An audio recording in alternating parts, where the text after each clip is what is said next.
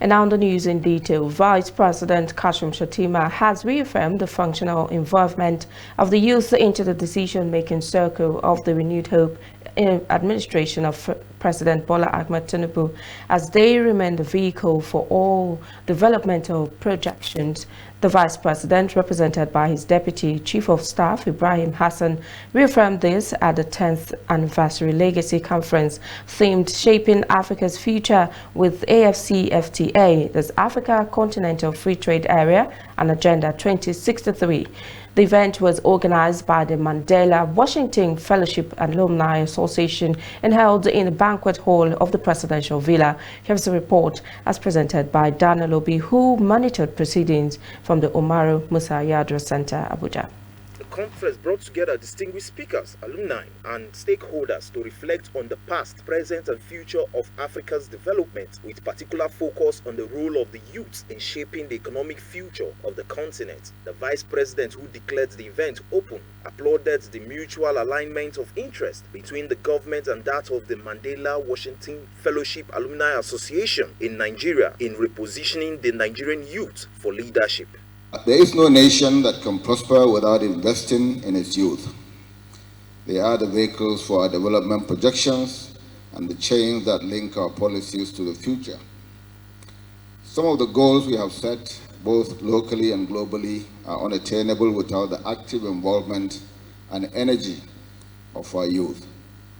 This understanding informs our agenda to not only bring the youth closer, but also to ensure that they have a seat at every table where decisions that shape the life of this nation are made.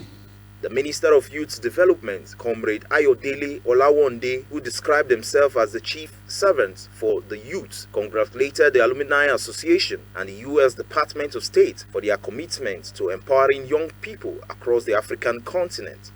We celebrate the decades of leadership, cultivations, innovations, thinking, and impactful actions.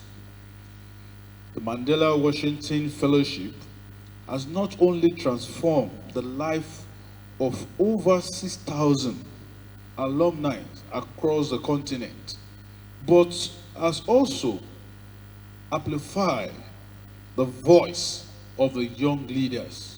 The charge d'affaires of the U.S. Embassy in Nigeria, Mr. David Green, and the President of the Alumni Association, Farida Yahaya Habu, spoke on the significance of the conference in sparking actionable conversations on Agenda 2063 for the African continent.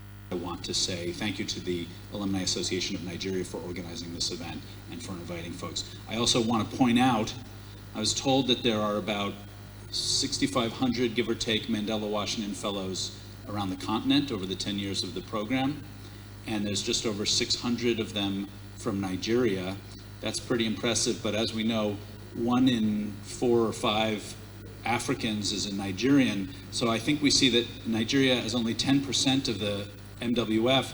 Nigerians are underrepresented, and we need to work on that, clearly.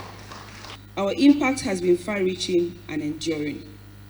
We are excited as we look forward to the future, celebrating the 10 years of being in existence and of the program.